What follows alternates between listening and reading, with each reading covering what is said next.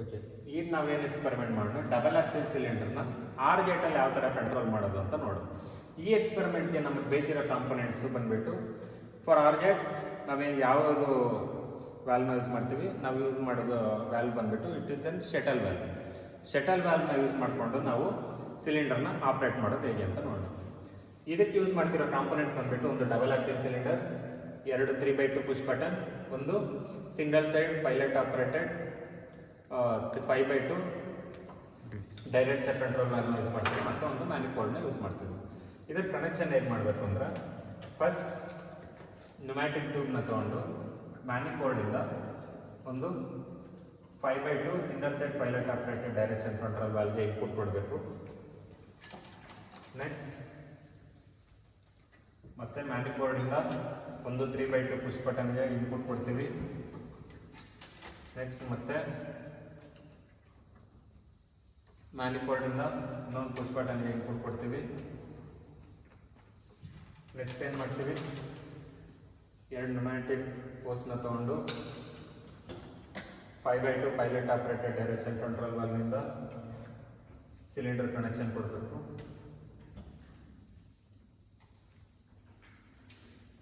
Cylinder connection ಕೊಟ್ವಿ. ಈಗ next ಏನು ಮಾಡಬೇಕು,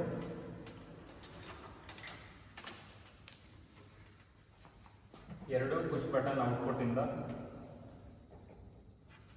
ಒಂದು ನ್ಯೂಮ್ಯಾಟಿಕ್ ಟ್ಯೂಬ್ನ ಕನೆಕ್ಟ್ ಮಾಡಿ, ಎರಡು ಸಪ್ರೇಟ್ ಈ ಥರ ತೊಗೊಂಡು ಇದಕ್ಕೆ ನೀವೇನು ಮಾಡಬೇಕು, ಈ ಶಟಲ್ ವ್ಯಾಲ್ವ್ದು ಇನ್ಪುಟ್ ಪೋರ್ಟ್ಗೆ ಕನೆಕ್ಟ್ ಮಾಡಬೇಕು. ಹೀಗೆ ಎರಡೂ ಇನ್ಪುಟ್ ಪೋರ್ಟ್ಗೆ ನಾವೇನು ಮಾಡಿದ್ದೀವಿ, ಎರಡೂ ಪುಷ್ ಬಟನ್ದ ಔಟ್ಪುಟ್ನ ಕನೆಕ್ಟ್ ಮಾಡಿದ್ದೀವಿ. ಶಟಲ್ ವ್ಯಾಲ್ವ್ ಔಟ್ಪುಟ್ನ ತೊಗೊಂಡು ನಾವೇನು ಮಾಡಬೇಕು, ಔಟ್ಪುಟ್ಗೆ ಒಂದು ತೊಗೊಂಡು ಪೈಲಟ್ ಕನೆಕ್ಷನ್ಗೆ ಕೊಡಬೇಕು.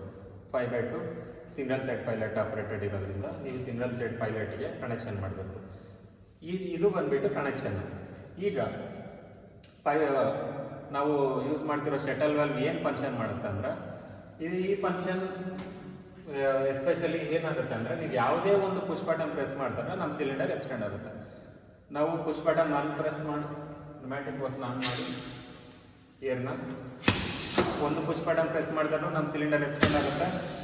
ಪುಷ್ ಬಟನ್ 2 ಪ್ರೆಸ್ ಮಾಡಿದ್ರು ನಮ್ಮ ಸಿಲಿಂಡರ್ ಎಕ್ಸ್ಟೆಂಡ್ ಆಗುತ್ತೆ.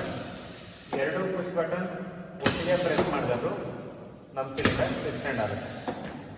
ಇದು ಯಾವಾಗ ಎಕ್ಸ್ಟೆಂಡ್ ಆಗಲ್ಲ ಅಂದರೆ, ಎರಡೂ ಪುಷ್ ಬಟನ್ ಪ್ರೆಸ್ ಮಾಡ್ದಿರ ಇದ್ದಾಗ ಮಾತ್ರ ಎಕ್ಸ್ಟೆಂಡ್ ಆಗಲ್ಲ. ಅದರ್ವೈಸ್ ನೀವು ಯಾವುದೇ ಪುಷ್ ಬಟನ್ ಪ್ರೆಸ್ ಮಾಡಿದ್ರು ಸಿಲಿಂಡರ್ ಎಕ್ಸ್ಟೆಂಡ್ ಆಗುತ್ತೆ.